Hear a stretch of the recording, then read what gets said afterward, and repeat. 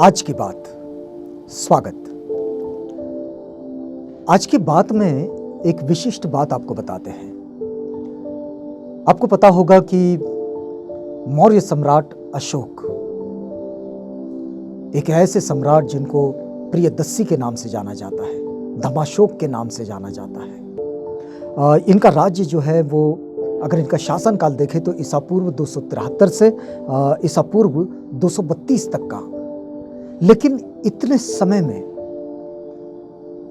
मौर्य सम्राट अशोक ने, राजा प्रियदस्सी अशोक ने या फिर धम्माशोक ने जो कार्य किए हैं, ये वाकई ही ऐतिहासिक दृष्टि से, पुरातत्व की दृष्टि से, बुद्ध धर्म के इतिहास की दृष्टि से, स्थापत्य कला की दृष्टि से बड़े ही महत्वपूर्ण रहे हैं। आप देखिए, एक उनके निर्माण में, मतलब जो मौर्य सम्राट अशोक ने जो कुछ निर्माण किए हैं, इस निर्माण में अशोका पिलर अपना एक विशिष्ट महत्व रखते हैं। ये बहुत सारी जगह बने हुए हैं, लेकिन इसका वास्तव में महत्व क्या है कि क्यों मौर्य सम्राट अशोक ने इन पिलरों का निर्माण किए और इनको लोगों के सामने रखे।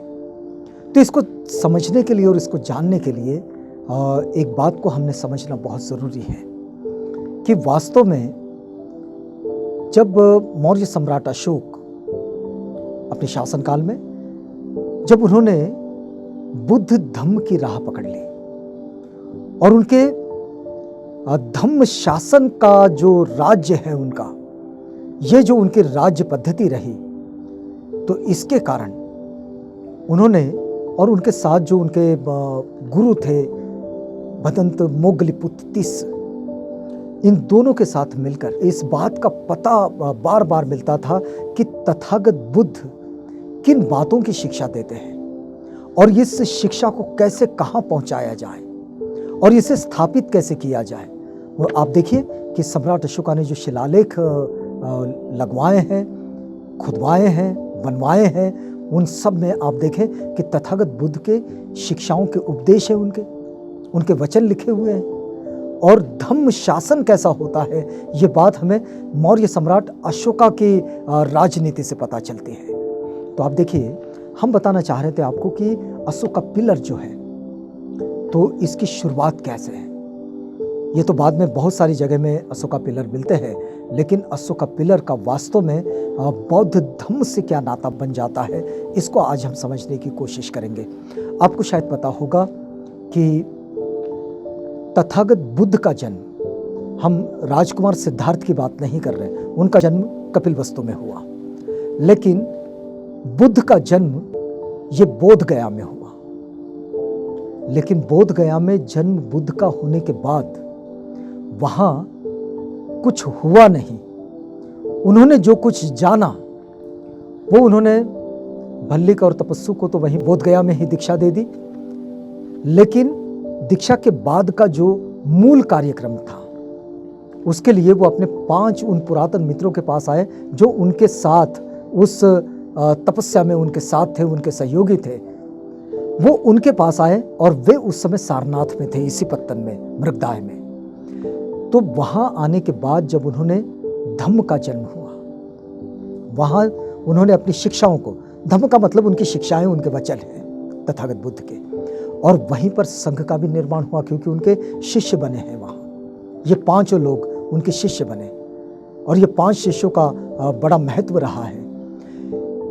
इसमें तथागत एक बात जो भिक्षुओं को आदेश के रूप में कहते हैं, जब भिक्षु संघ का एक बेहतर निर्माण हो गया तो उसके बाद उन्होंने भिक्षुओं के लिए एक बड़ी विशिष्ट बात कही है, और वो बात है चरथ भिक्षुवे चारिकं बहुजन हिताय बहुजन सुखाय लोकानुकंपाय अत्थाय हिताय सुखाय इत्थि पुरिसानं मां एकेन द्वे अगमित्थ देसेथ भिक्षुवे धम्मं आदि कल्याणं मज्ज कल्याणं पर्योसान कल्याणं। कि भिक्षुओं, जाओ चारों दिशाओं में, 2 नहीं जाओ, 1 जाओ, 1 अकेले, और फिर जाकर ये जो धम्म है, ये जो वचन है, लोगों के जीवन को बेहतर बनाने के लिए है। इसे लोगों को बताओ, सिखाओ, समझाओ, जो कि आदि में भी यानी उसके शुरुआत में भी कल्याणकारी है, उसके मध्य में भी कल्याणकारी है और उसके अंत में भी कल्याणकारी है। ये जो कल्याणकारी मार्ग है, इसकी देशना देने के लिए भिक्षुओं को जब तथागत आदेशित करते हैं तो इस बात को सिंबल में कैसे बताया जाए। तो देखिए, अशोक का पिलर पर सारनाथ में अगर आप देखें, क्योंकि सारनाथ में धम्म का जन्म हुआ, वहां उन 5 परिव्राजकों को तथागत बुद्ध ने धम्म की दीक्षा दी, उन्हें अपना धम्म समझाया। तो वहीं पर एक पिलर जो कि बना है एक चबूतरे पर, लेकिन वो नीचे चौकोर है, लेकिन जब उसके ऊपर चलता है तो बिल्कुल गोलाकार बन जाता है। और गोलाकार उसके जो ऊपरी सिरे पर चलते हैं तो ऊपरी सिरे पर एक उल्टा कमल दिखता है हमें। और ये जो उल्टा कमल है, ये कमल ये दिखाता है कि कमल की ये विशेषता होती है कि वो खिलता तो है कीचड़ में, लेकिन कीचड़ में रहता नहीं है। वो कीचड़ का लवलेश भी उसके पास नहीं होता।